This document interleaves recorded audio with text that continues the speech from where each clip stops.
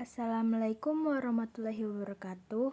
Saya Bina Putri Ramadan dengan NIM 2310101037 dari kelas A akan menjelaskan sedikit tentang materi siklus Krebs untuk memenuhi mata kuliah biokimia. Apakah kamu pernah mendengar istilah siklus Krebs? Pengertian siklus Krebs. Siklus Krebs merupakan siklus yang digunakan oleh organisme untuk menghasilkan energi. Karena siklus ini juga menghasilkan asam sitrat. Siklus ini kerap kali disebut dengan nama siklus asam sitrat. Siklus Krebs merupakan tahap kedua dari tahapan respirasi sel yang diawali dengan proses glikolisis. Glikolisis adalah pemecahan glukosa menjadi asam sirufat dan fosforilasi oksidatif. Kemudian akan menghasilkan 2 ATP dan 2 NADH yang disebut juga dengan istilah adenotrifosfat. Setelah itu, asam pirufat diproses untuk memasuki siklus Krebs. Sebelum masuk ke tahap siklus Krebs, asam pirufat terlebih dahulu masuk ke tahap dekarboksilasi oksidatif yang berada di dalam mitokondria sel tubuh.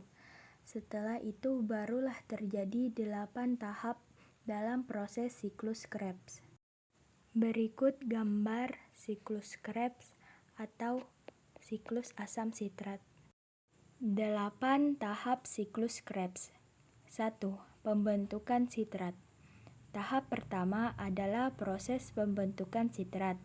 Dalam proses ini terjadi penggabungan molekul asetil CoA dengan oksaloasetat yang membentuk asam sitrat, dibantu enzim asam sitrat sintase.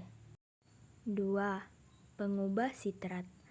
Pada tahap yang kedua, sitrat yang dihasilkan oleh proses sebelumnya kemudian diubah menjadi isositrat dengan bantuan enzim akotinase yang mengandung Fe2+. 3. Dekarboksilasi. Tahap ketiga terjadi proses dekarboksilasi atau perombakan pertama kali. Isositrat yang terbentuk dari tahapan sebelumnya dioksidasi menjadi oksalosuksinat yang terikat oleh enzim isositrat dehidrogenase. Pada tahap ini juga isositrat juga diubah menjadi alfa ketoglutarat oleh enzim yang sama dan dibantu NADH. 4. Pengubahan alfa ketoglutarat. Tahap keempat terjadi proses pengubahan alfa ketoglutarat menjadi suksinil CoA oleh enzim alfa ketoglutarat kompleks dan proses oksidasi. 5. Pengubah suksinil CoA. Tahap kelima, suksinil CoA kemudian diubah menjadi suksinat. Tidak hanya dibantu dengan enzim, tahap pengubah ini dibantu juga oleh Mg2+ dan GDP yang dengan fosfat membentuk GTP.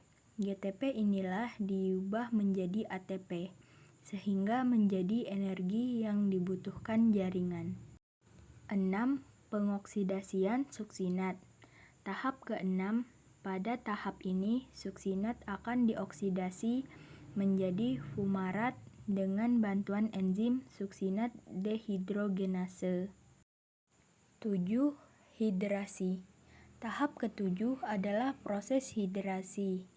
Proses ini terjadi penambahan atom hidrogen pada ikatan karbon C sehingga menghasilkan produk berupa malat. 8. Pengoksidasian suksinat. Tahap ke-8, malat kemudian dioksidasi untuk menghasilkan oksaloasetat yang dibantu oleh enzim malat dehidrogenase. Oksaloasetat kemudian akan menangkap asetil CoA sehingga siklus Krebs dapat terus-menerus terjadi. Selain itu, tahap ini juga berupa NADH. Apa tujuan siklus Krebs? Siklus Krebs adalah proses penting dalam metabolisme sel untuk menghasilkan energi. Tujuannya adalah mengoksidasi senyawa organik seperti asam pirufat dan menghasilkan energi yang disimpan dalam bentuk ATP, serta molekul lain yang digunakan oleh sel untuk berbagai fungsi biologis. Siklus Krebs digunakan untuk apa? Siklus Krebs digunakan untuk menghasilkan energi yang diperlukan oleh sel untuk menjalankan berbagai proses biologis. Energi yang dihasilkan dari siklus Krebs disimpan dalam bentuk ATP dan juga digunakan untuk sintesis senyawa kimia penting bagi sel. Siklus Krebs berperan ketika apa? Siklus Krebs berperan dalam proses metabolisme seluler yang disebut respirasi selular. Ini merupakan salah satu langkah utama dalam memecah molekul makanan menjadi energi yang dapat digunakan oleh sel untuk fungsi-fungsi seperti pertumbuhan, perbaikan, dan reproduksi. Siklus Krebs terjadi di kondisi tubuh bagian mana? Siklus Krebs terjadi di dalam mitokondria, yaitu organel sel yang berfungsi sebagai pabrik energi. Karena proses ini terkait erat dengan reproduksi energi seluler. Mitokondria terdapat di hampir semua jenis sel tubuh manusia. Kesimpulannya, untuk mencukupi kebutuhan energi, maka siklus Krebs harus berlangsung selama 2 kali. Hal ini karena reaksi oksidasi pada molekul glukosa untuk sekali proses siklus Krebs hanya menghasilkan 2 molekul asetil CoA saja. Sekian dari saya, kurang lebihnya saya mohon maaf. Wassalamualaikum warahmatullahi wabarakatuh.